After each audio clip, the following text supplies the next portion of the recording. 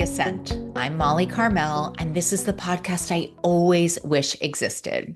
A bite sized, on the ground spiritual note that can shift your thinking and your outlook on life to help make us all a little bit more awake, alive, and ascending.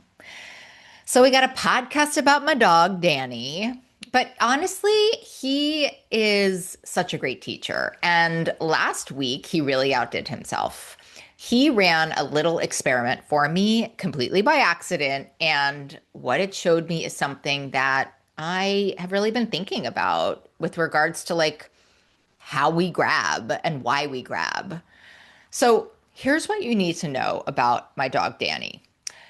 He's a beautiful, like 70-pound lab mix. And by any measure, he is a food motivated creature, like in the most extreme sense of the word.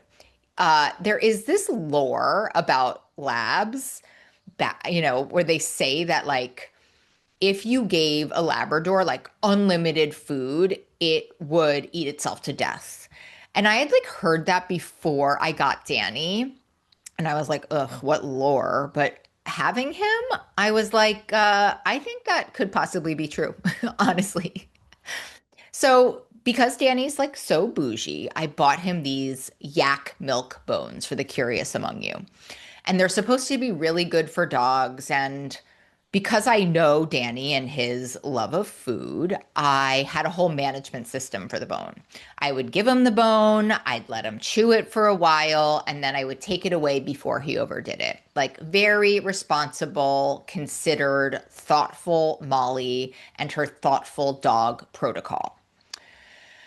But what I started noticing was that every single time I gave him the bone, like he would go at it. Like it was the last bone he was ever going to have for the history of his life. Like it was like the last supper. So to say he was not enjoying it was a understatement.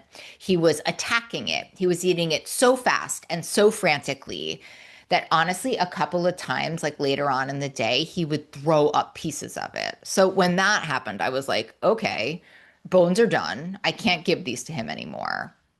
And then there was just something about that conclusion that didn't sit right with me.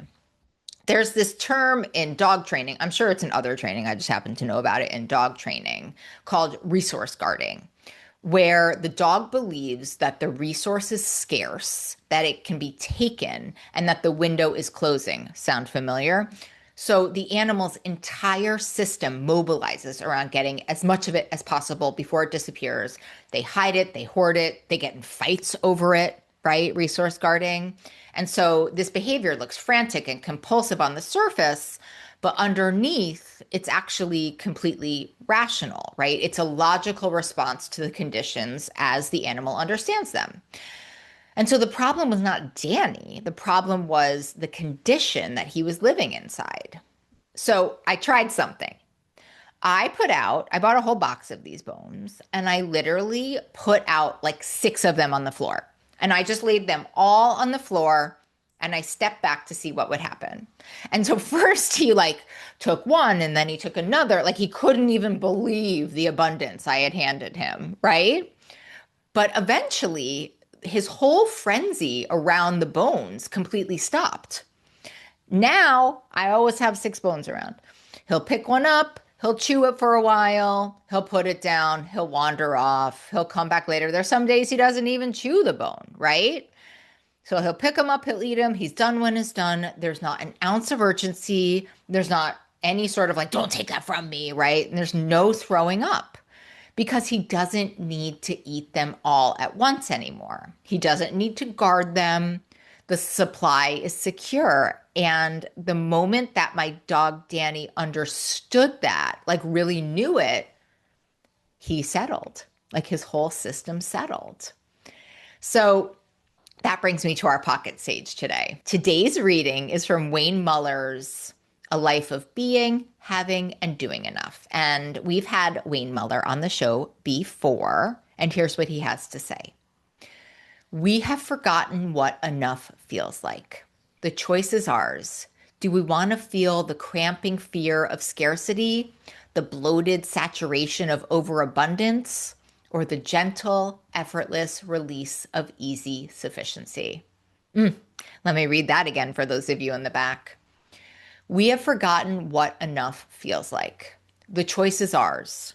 Do we want to feel the cramping fear of scarcity, the bloated saturation of overabundance, or the gentle, effortless release of easy sufficiency?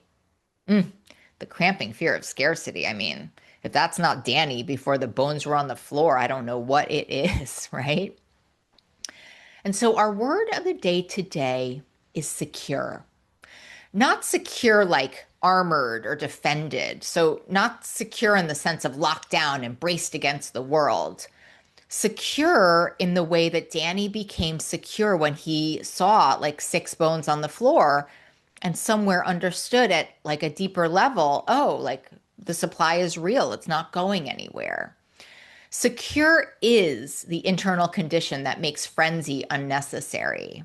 So when you feel genuinely secure in something, the grabbing stops. Not because you disciplined yourself into stopping and not because you white knuckled your way through the urge, because the thing underneath the frenzy, the belief that there's not enough and that you have to get yours right now before it disappears, that belief no longer has anything to work with. And so promise you this, the frenzy is not the problem. The frenzy is never the problem. The belief in scarcity is the problem. And secure is what happens when that belief finally lets go. And so here's what I want us to be thinking about today. The behaviors we judge most harshly in ourselves are almost always adaptive, right? They make sense in the context. They usually developed inside a real set of conditions in a response to something the body and the mind actually experienced. And the path through them is almost never more discipline. It's almost always a change in the conditions. I mean, Danny's not like a broken dog. He was responding perfectly to the situation as he understood it, right? Every time the bone appeared, it was delicious. He knew that, and he also knew it was going to be taken away. So, and he loves food. So, of course, he ate it like it was the last bone on earth. And of course, the whole system mobilized around making sure he got enough before the window closed. Like, what else would a reasonable creature do with a scarce and threatened resource? And I think the reading names this experience with so much precision, right? The cramping fear of scarcity. Like, I feel that in my belly. It's not a character flaw. It's not weakness or gluttony or lack of self-control. It's the nervous system doing exactly what it's trained to do by the conditions it learned from. And if those conditions change, like if the supply becomes reliably, undeniably available, the cramping starts to release on its own. The gentle, effortless release of easy sufficiency. Effortless, not forced, not controlled, effortless, because the thing driving the frenzy is gone. And here, the deeper question this raises, it's one I want you to sit with. Like, what did you learn about the supply? And listen, if you want to dig deeper, it's a different podcast, but you want to look at the world as a whole, this is what we're dealing with right now.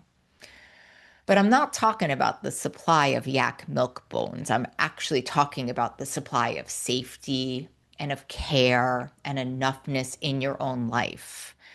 Because a lot of the places we grab and hoard and can't seem to stop, whether that's with yak bones, food, rest, love, reassurance, all of these things that we reach for in the moments when something underneath us is unsettled, those places are almost always pointing back to something we learned about scarcity, a time when the supply was genuinely threatened, a chapter when the window was really closing and you really did need to get yours before it disappeared. And that lesson lodged in the soul hard. The mind is not sloppy about this, right? And the body is not sloppy about scarcity. It keeps the lesson very carefully. It runs the resource guarding program every time it catches even the faintest scent of that original scarcity. And a lot of times we look at that behavior, we call it a problem when it's actually intelligence, right? It's a form of loyalty to our own survival. The behavior is a memory of a time when it was the right move. So, our invitation then is not to punish the behavior or muscle through it with more willpower. The invitation is to change the conditions, right? Lay out the bones, give them six. Begin slowly to offer the nervous system the evidence it needs to update the old lesson. Remind ourselves the supply is here. It's real. It's not about to be taken away. You don't have to get it all right now. There's going to be more. And I promise you that shift does not happen in a day. It's not a one and done decision you make. It's actually a slow, patient accumulation of evidence that rewrites what the deepest part of you believes is true about whether there's enough. And listen, when that starts to take hold, you'll know it. I work on this every single day of my life. I work on this every single day of my life, right?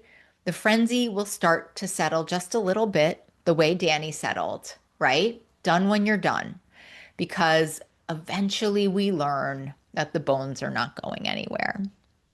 So here's your reflective question for the day. What are you grabbing at that you might be able to put down if some part of you actually believed the supply was secure? And listen, I would be remiss if I didn't quickly talk to you about my stop starting over system, because the place where the scarcity belief lives loudest for many of us is around food. And that's how we get into starting over. We restrict and then we binge, and then we restrict and then we binge. And it's exhausting, right?